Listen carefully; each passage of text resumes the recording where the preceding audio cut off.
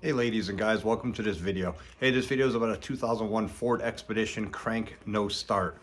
Sorry for the video being so long. That's why I'm doing this in the very beginning of the video. It's almost an hour long video, right around an hour long video. I did not mean for it to get that long.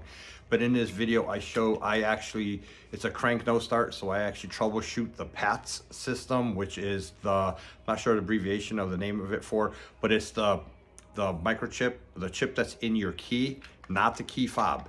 The chip that's in the key itself is a radio frequency chip that's in here that actually is connected to the security system in the vehicle. That security system actually shuts down your fuel system in your vehicle and the ignition system.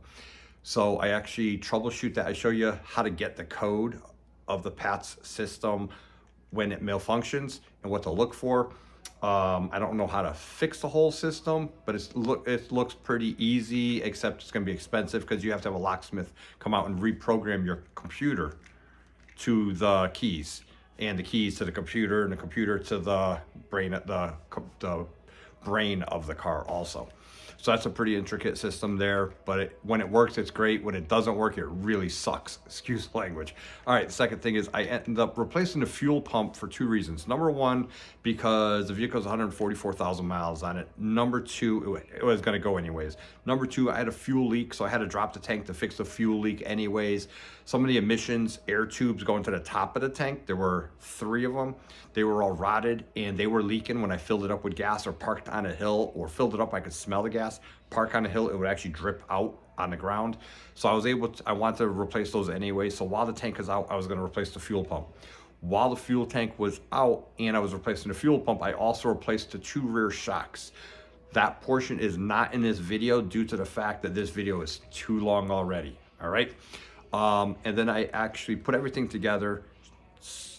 Everything goes as according to plan. They're physically taking it out, putting it in, besides a rotted frame and all that kind of stuff that I had to jerry rig a new fastener to the frame to hold the fuel, to help hold the fuel tank up. But then at the end of the video, I find out what's wrong with it on the aftermarket PATS key. On the aftermarket key, this key is a ILCO key and it has a battery in it also. And this would be like a factory key without a battery, and this has a little RF receiver right there. It's a little chip in there. The cover's missing on this one. So anyways, I end up showing you at the very end of the video. I'll show you exactly what I ended up finding out why I was getting the problem. All right, so I did have to have the vehicle towed because I did break down at a store in a rainstorm, and then it took me about I'd say a week to get enough time and do enough research and get the parts and put this whole thing back together. But the vehicle is up and running beautifully now. It's running super smooth, great fuel economy again, no emissions lights, no problems with the security system, the PATS security system in it. So check out the video. Don't forget to like and subscribe, and go ahead and leave comments. They don't have to be positive comments, but please don't do any foul language or swearing in there, because I want to keep it a kid-friendly channel, at least with the language, okay? That's all I ask for, is just watch the language. All right, see you at the end of this video. Hope you like it, hope it helps you out. Replacing the fuel tank, replacing the fuel pump on a 2001 Ford Expedition with a 4.6 liter four-wheel drive truck. XLT submodel, I do believe. All right, see you at the end of the video. Hope you enjoy it.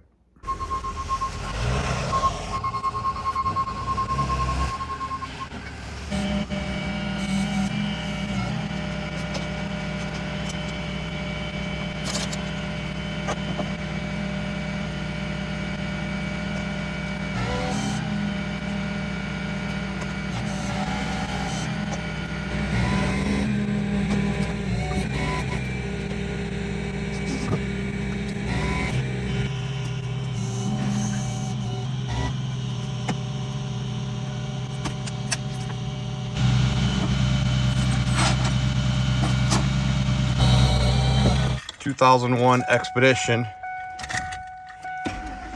cranking over but not starting, and it's not the key because the security right there goes out, so that means key is working. What I don't hear is a fuel pump. All the relays are in this cover right here. Got to open up this cover. Pull that tab up to get it off. And I do believe this is a fuel pump relay here. And I think I could switch it out with this one. I think this is a wiper relay. Just got to wiggle it back and forth like that. And there's a relay. And I do believe this is a wiper relay. So let's see if we swap these out.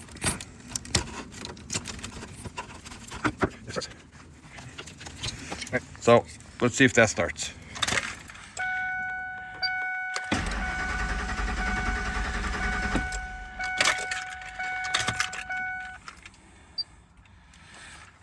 See that security flash in there?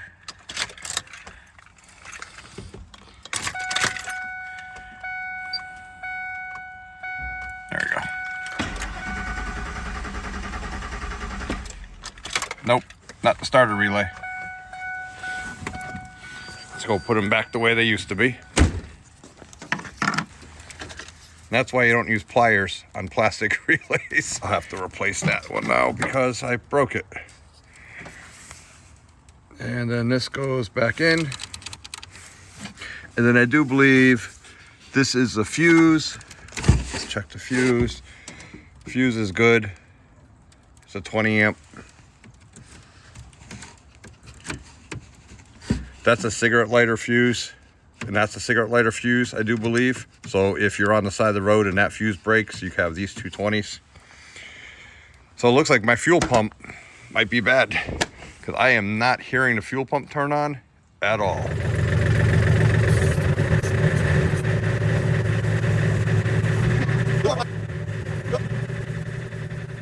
I do believe the fuel pump is bad, so I am going to crawl underneath it and hit it with my rubber mallet, hit the fuel tank, try to jar it loose. I got to turn this vehicle around because my pit is at this end of the garage and the gas tank is obviously at that end of the garage, and my driveway is on a downhill.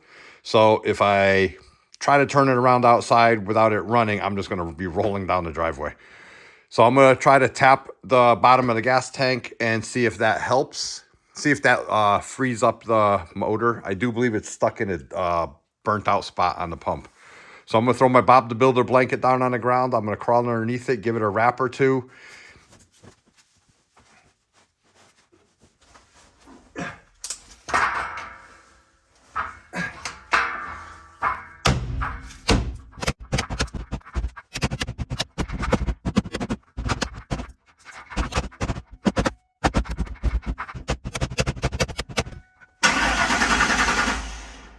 Wrapping on the gas tank did not work.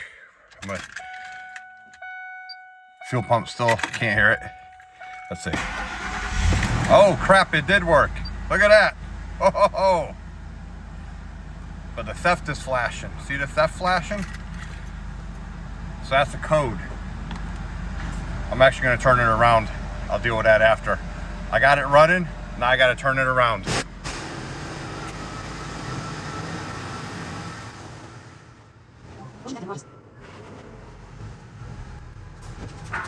Well, I wasn't really planning on working on a truck tonight because it's snowing out, but I am, since I turned it around. I'm going to open up the pit, get the grates out of here, back it in, and shut it off inside. And then that way, tomorrow, if it's nice enough where I keep the bay door open, I'll push it forward, I'll drain the gas tank, and I'll take the tank out.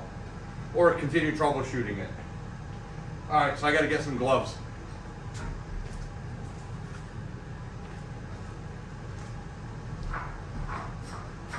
Got my trusty Crocs on. Like I said, I wasn't even planning on working on this.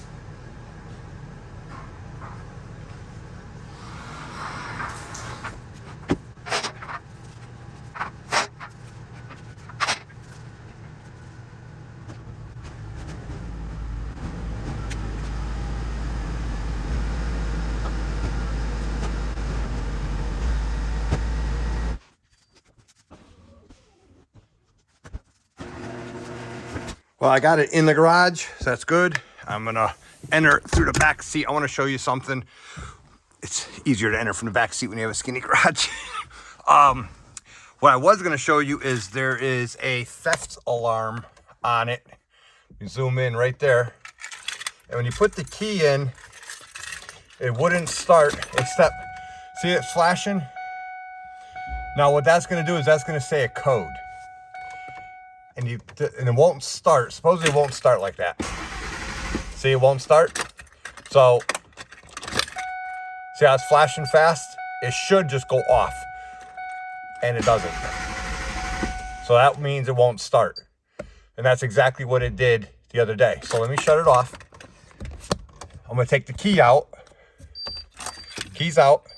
I replaced the battery in this key. This is one of those aftermarket chip keys. You can see the theft light flashing. Put the key in, turn it on.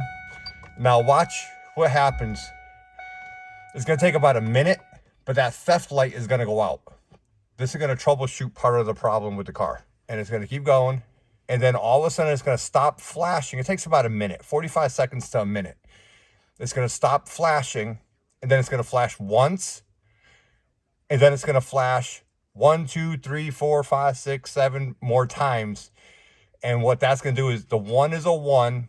And then after the pause, you count those. So it'll be, if it flashes 1, pause 1, then it's 11. 1, pause 2 quick flashes, then it's 12. 1 pause 3 flashes, then it's 13. And it flashed 13 before. And I think 13 is bad code on the key. So we're going to see. So this might be it might not even be there. It stops. Now it's going to flash once. 1. Now it's going to count these. 1, 2, 3. So it's 13. So it should do it again. 1, 2, 3. Now you got to look up that code. So it's 13. 13, I do believe. 13, I do believe, is a bad key. Is a bad chip in the key. This is an aftermarket key. Yeah. So this key might not be working anymore. See? Because now luckily I got it that one time. There we go. See how it's solid? It's not flashing? And now it'll start. See? So now it starts. So I think it's a bad key. I don't think it's a fuel pump. I think it's the key. Because it's so intermittent. See? Now it won't start because it's flashing. See? So I take the key out, move it around a little, put it back in. And now it's going to start. See how it's solid? Now the light's going to go out. Oh, no, it's not going to start now.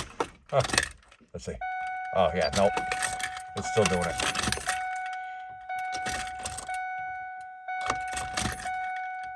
Yeah.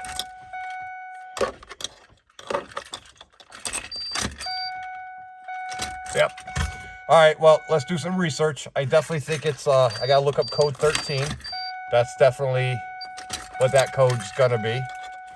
And that is not allowing the fuel pump to go on. So, all right, let's do some research, but I have a feeling it's gonna be a bad key, not a fuel pump. Let's see, the fuel pump's still not going. So I'm gonna disconnect the battery, let it sit for 15, 20 minutes, and let's do a hard reset. I'm just gonna disconnect the ground over here. The battery's been off for about 12 hours.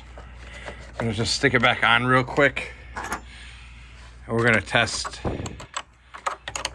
see if it works. I gotta get going, so I don't have time to really mess with it, but I'd like to see if it works at all. Wrong key, wrong wrench. There we go, metric. 10 millimeter, of course. All right. Let's see if this other key that I have works. So this is a whole nother key. Reach in through the window. And that theft light is flashing. Fuel pump's not turning on. All right, let's try the original one.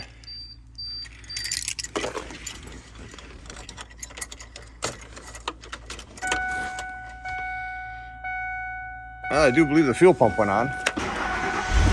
Yep. Okay. Fuel pump went on that one. So that's that key. And I have one other key. This is another aftermarket one with the internal battery. Let's see if this one. And it's flashing. Yep. See, so that was, let's see. It's not flashing now. There we go, let's try it.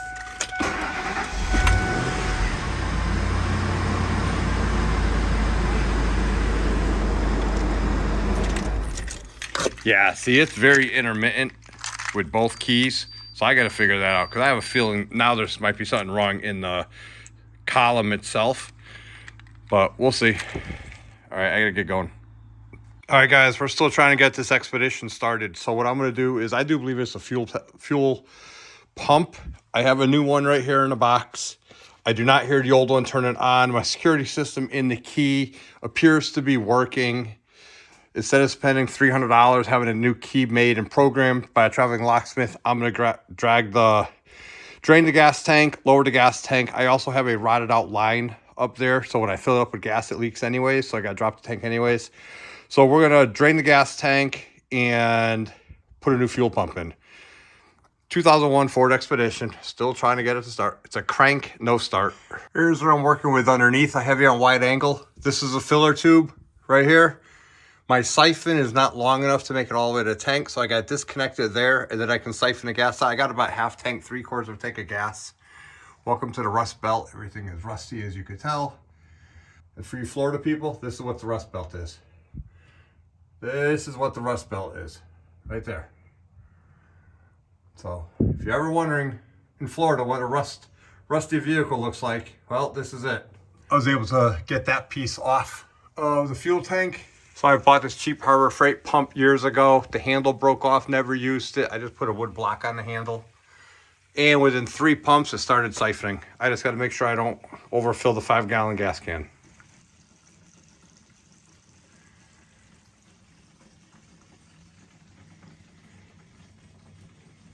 When you're draining in a pit, the last thing I want to do right now is turn that turbo heater on.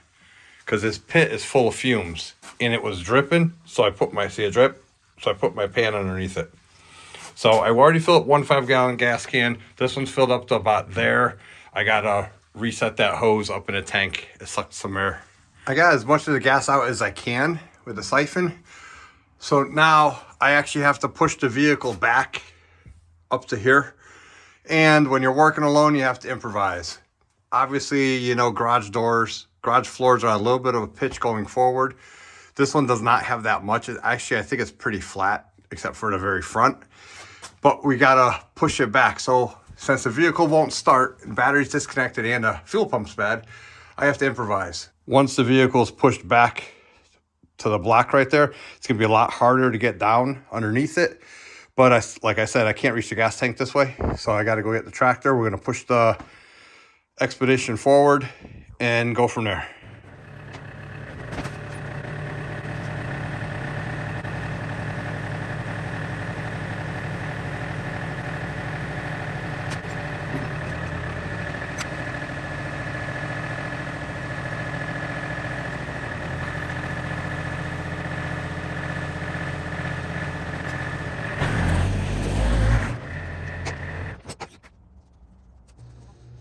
I opened up all the garage bays, well, 3 of them, the front and back of bay 3 and the pit bay, to try to get some of the fumes out of here before I go too far.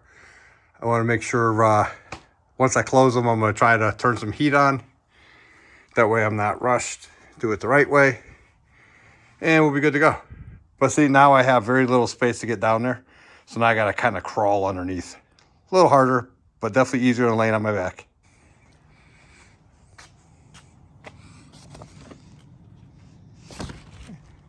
Vehicle sticks out a little too far.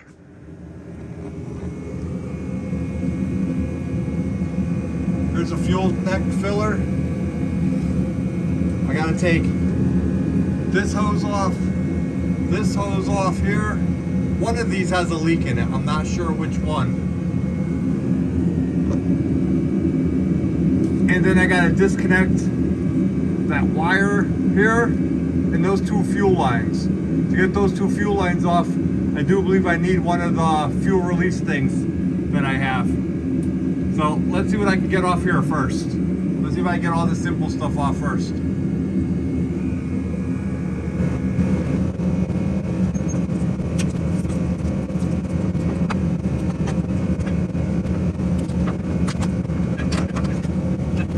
I don't know if you can see it, but that line's actually broken there. So that could have been my leaking. That's 2. Actually, that's 3. Now we're gonna try to get that wire.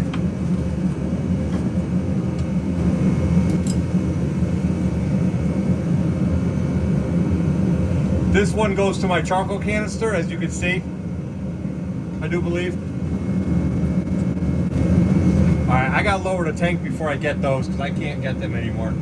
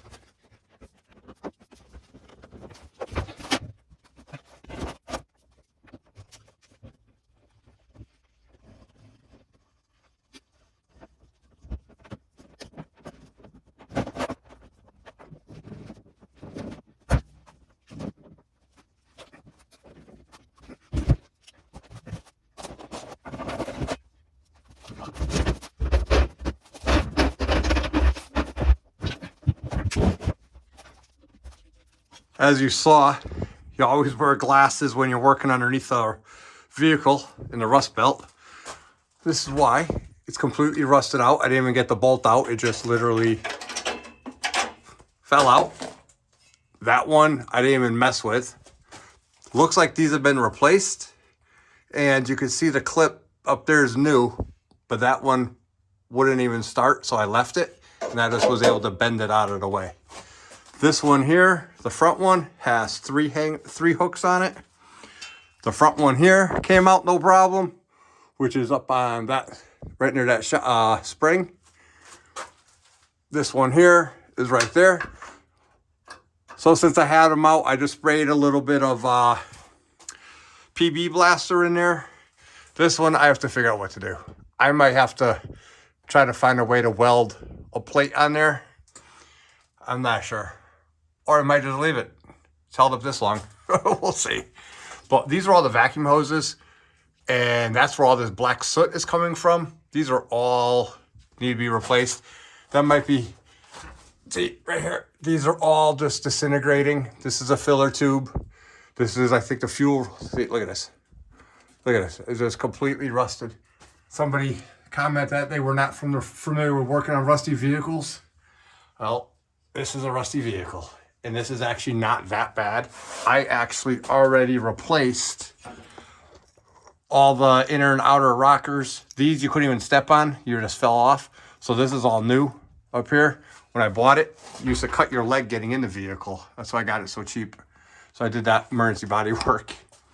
So now it's just a matter of figuring out what to do to hold the fuel tank up. Maybe duct tape. Duct tape fixes everything.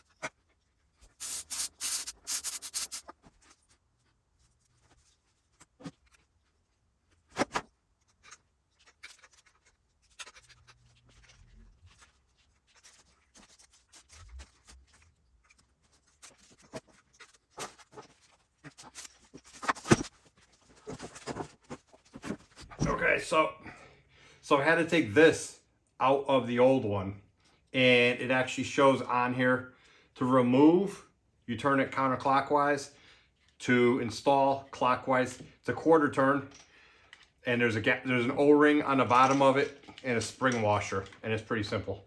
I cleaned it with brake cleaner, and before I put it back, I am actually going to put dielectric grease on it, and it goes right to this wire right here on the wiring harness.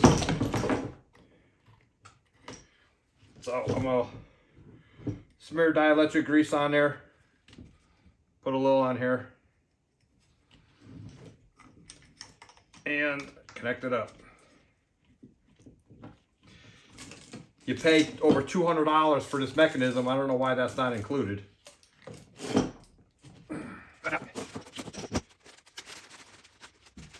Put the gasket on. Actually, you know what? I want to put the gasket in here.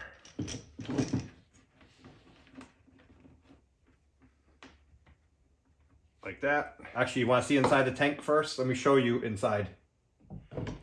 Here's inside the tank. As I don't drop my phone in there, we'll be good. This white one here is where the fuel comes in. This one right here is the bottom of this. Then you're gonna have this, and everything sits right there. You can see a little bit of crud at the very, very bottom. Not bad. Let's see if I can do it without dropping my phone in there. So that's what it looks like inside the fuel tank. Not bad. I'm gonna put all new lines. I want to get it closed up though, so nothing does fall in. And then I gotta go to the store and get all new vacuum lines.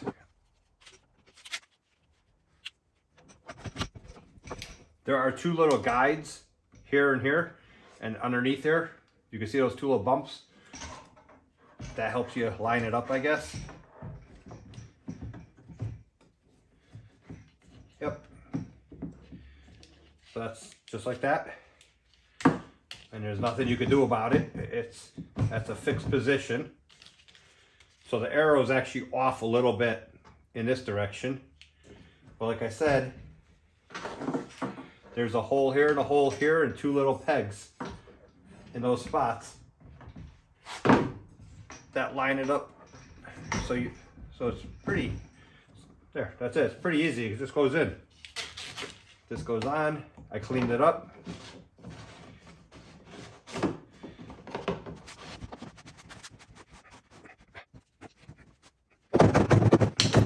That's tight. While I have the dielectric grease out, I'm going to put some in there.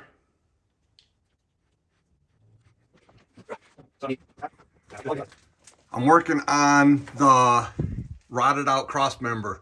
I made this little bracket right there that I am going to weld up.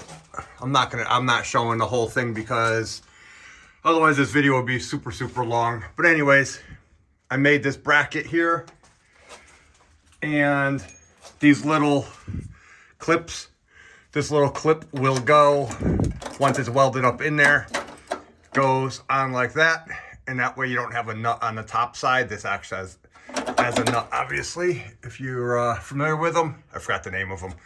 But anyways, so I'm making that right now to help hold the fuel tank up because that one rotted out. All the other ones are good. I'll show you when it's all welded up. I am not a welder. Do not critique my welding. And my welder's acting up anyways. My little MIG welder.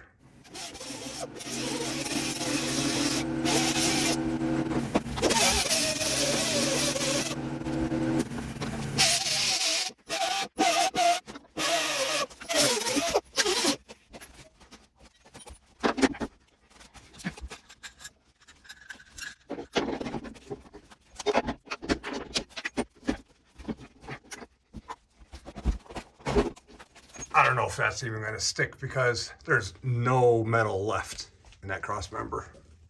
Well, something's better than nothing, I guess. Let's see.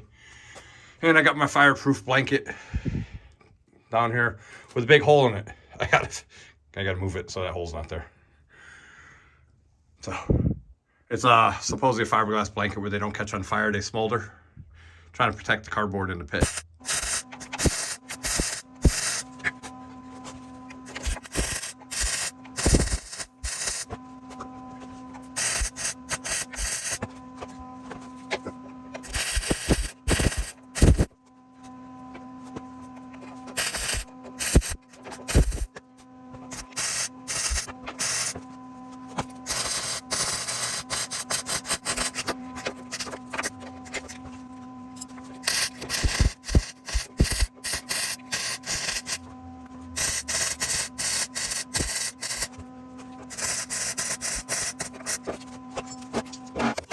All right, as I said, I am not a welder. Number one, I shake really, really, really bad. Number two, even with my glasses, I can't see up close because they're progressive, and I'd have to look through the bottom of my glasses like this to be able to see up close, but then I can't see out the welding helmet because the welding helmet's up here. So A, I'm doing it pretty much blind.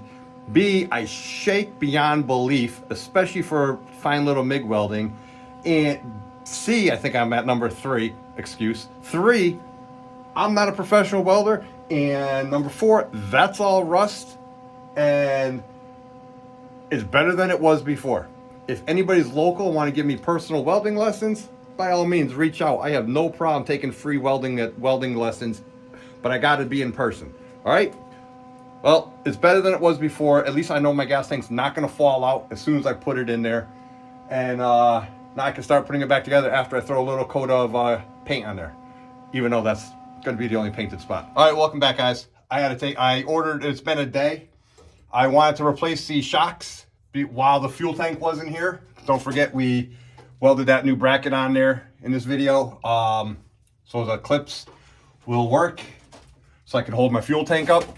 But I've already replaced the 2 rear shocks. That's in a separate video. It's just going to be a quick little video. 2 bolts, 18 millimeter, super easy, 2 bolts each side, 40 bucks a piece. But I wanted to do it while the gas tank wasn't here. It's a lot better to get the camera in there so you can see what is going on. So now we're going to continue with the fuel tank. Let's get this vehicle back on the road.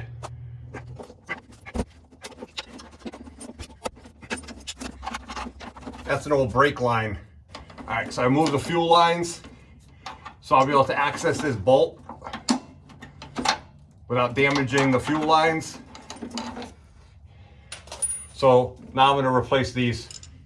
So for these two, these three, I have fuel line. It's a lot stiffer, won't collapse. So we're gonna replace that. Let's cut this off.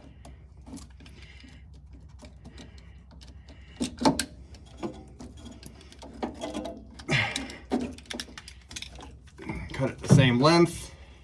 It's a lot stiffer, but it's fuel rated. And these didn't even have clips on them, just on the tank itself it had the clips. They're just vacuum lines basically, all for emissions. But you can see this one is completely disintegrated, and that's probably where it was leaking when the fuel tank was full. So now we got 2 in the back. Turn you a little bit there. Then we got these 2 here. I don't know what you're gonna be able to see. There's that one. And this is the one I brought to the store. So here's the other one. That one's all corroded also. See what happens with it. It comes right, falls right apart.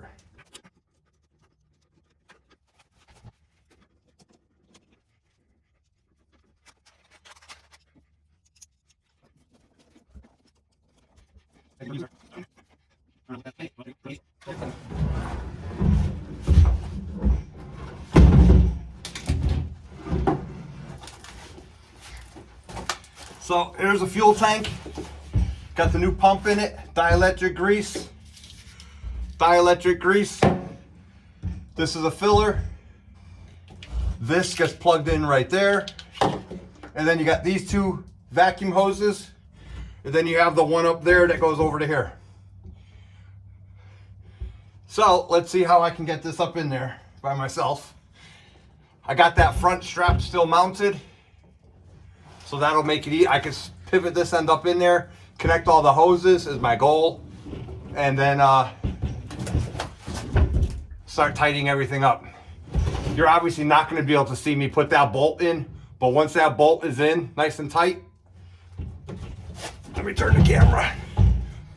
All right, so you're not going to be able to see me get this bolt in, but once that bolt is in, I got to put these two fuel lines back in that bracket so they don't rattle all over the place. So I'm going to put the fuel tank up in here in the cradle, connect this vacuum line, those lines, start connecting everything. We'll go from there.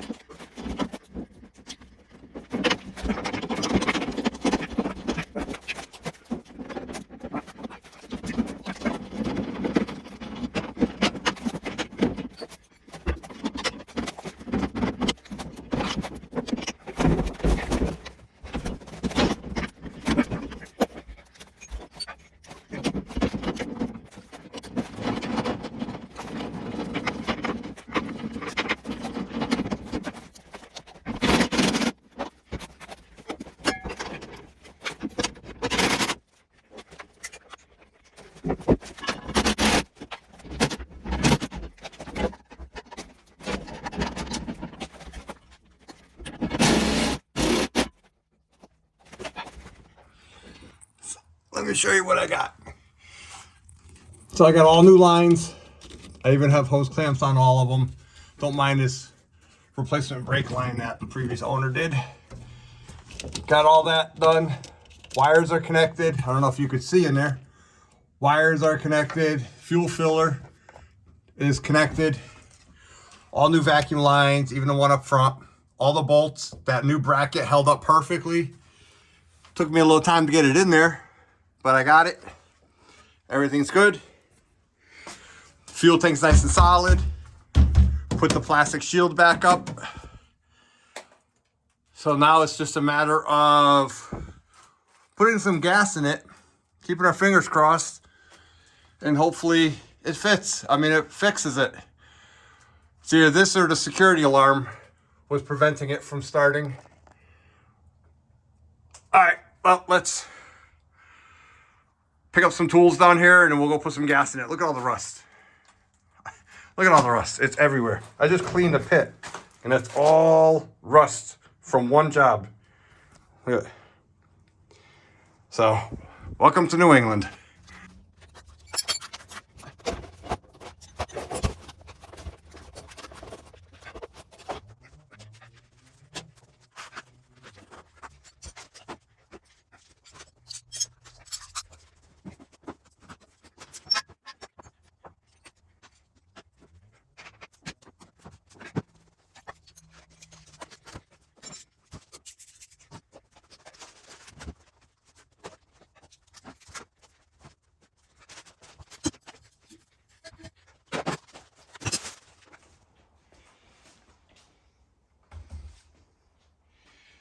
So here's what we have.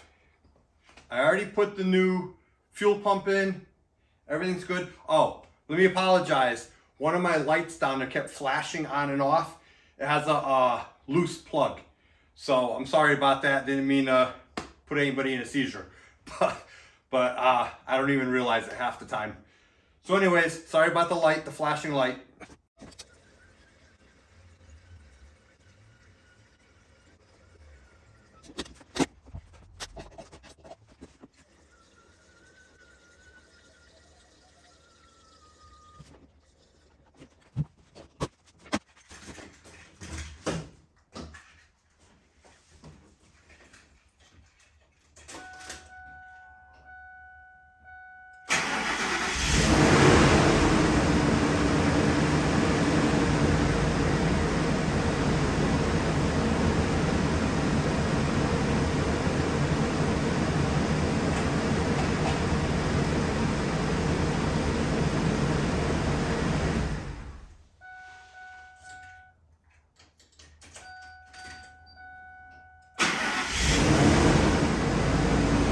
So I just got it started.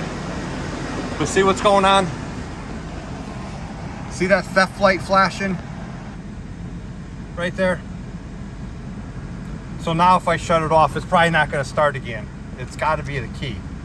I bet you my fuel pump wasn't even bad. So let's put you back on wide angle, take the key out, let's put the key back in. See? And now it's not gonna start. It's gotta be the security system in this key, the programming.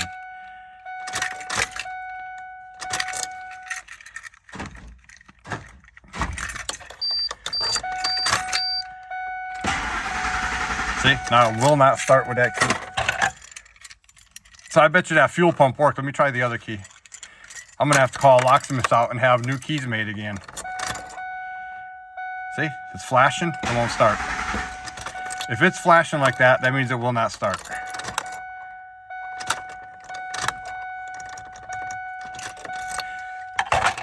It is a horrible design they have. Let's lock it with the remote. Unlock it. Take the key. Stick the key back in. See, and now it's going to start. What a horrible design, and you cannot bypass it. But see, now it's flashing again. So the code in this key has got to be bad, or it's the ignition system. And they said there's no way of bypassing it. All right, well, while it's running, let me open up the garage. I'm gonna get this thing out of here because I know it's not the fuel pump, because we just replaced that. And I'll put 5 more gallons in.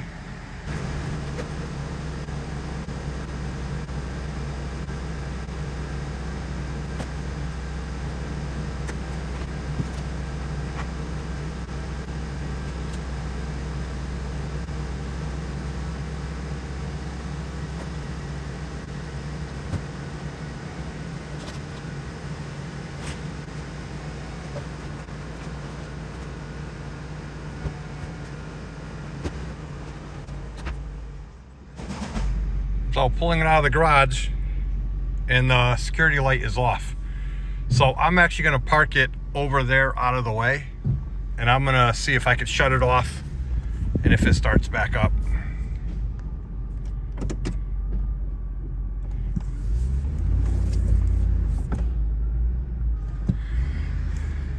I'm gonna park it out of the way, so in case it doesn't start, it's not gonna be in the way.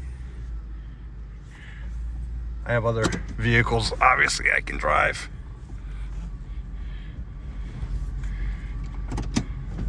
But security light is still off.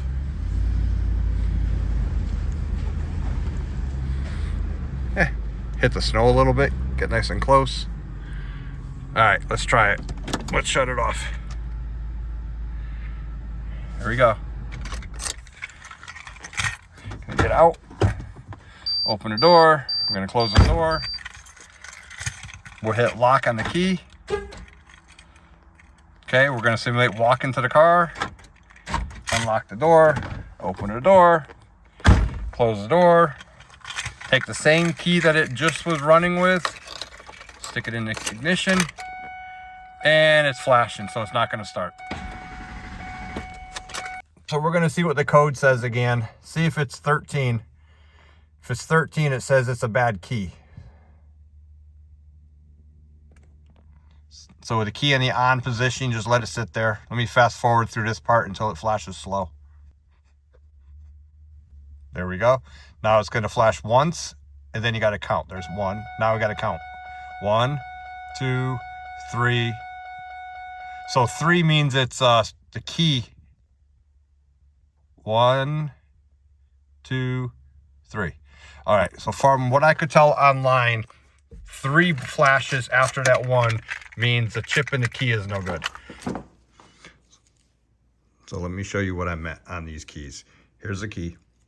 This key is missing a cover. That little thing right there, that's a radio frequency chip or something like that. That's what needs to be programmed to the car. This key has been not working properly since I had it made a year and a half ago. But this key I was keeping as a spare in case something happened to this key. Well, when my truck broke down, I had to have it towed.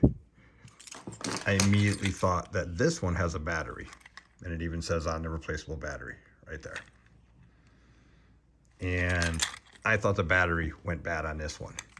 Well, this one doesn't have a battery. This one does. Well, they're made differently for some reason.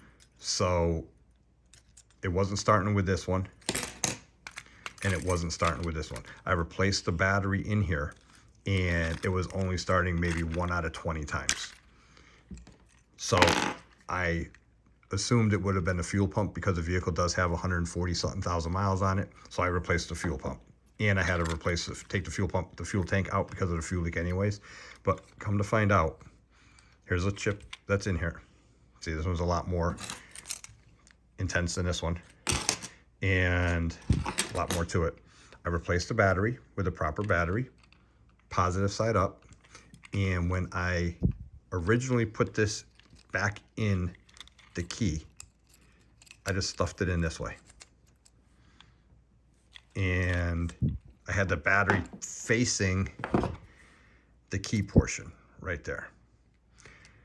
Well, and it still wasn't working. And then I replaced the fuel pump and replaced the shocks, and the ignition still was not working reliably. After I parked the vehicle, the Expedition, in the snowbank, I took some time and I took this out and I made sure the battery was in right, and I double checked everything again. And then I noticed right there, I don't know if you're gonna be able to see it, but right there, there's a little blue arrow facing this way. Come to find out, if you take this and put the battery side in, if you put the battery side in, which is the opposite way that I had it, then you take the rubber seal, basically, put that back in there, take the key, put it back in there, it works perfectly. So that is what was wrong with the PATS system. The PATS system is the security system, the anti-theft system that's built into the Fords. But that's what it was. I had everything right. Except I had it facing that way. It should have been, the arrow was facing this way. The arrow should have been facing this way. I thought the arrow, I don't remember seeing the arrow, but I thought the battery came out this way, and obviously I was wrong. So now I put it in this way, and it works. So pay attention to the way you put these back together. That might be your problem. This key has not worked properly since I got it, very intermittently. So and then obviously the cover fell off also. So this was a cheap aftermarket key that I had a mobile locksmith make. This I had a True Value hardware store make for me. All right, well, turns out it was a combination of a bad fuel pump, fuel leak from the fuel tank, bad shocks, rotted frame, and I put the microchip in here wrong. Everything's fixed now. Vehicle runs great. Been driving it for a week now. Super smooth, starts right up. No problems with the electrical system or the security system at all. Don't forget to like and subscribe. See you in the next video.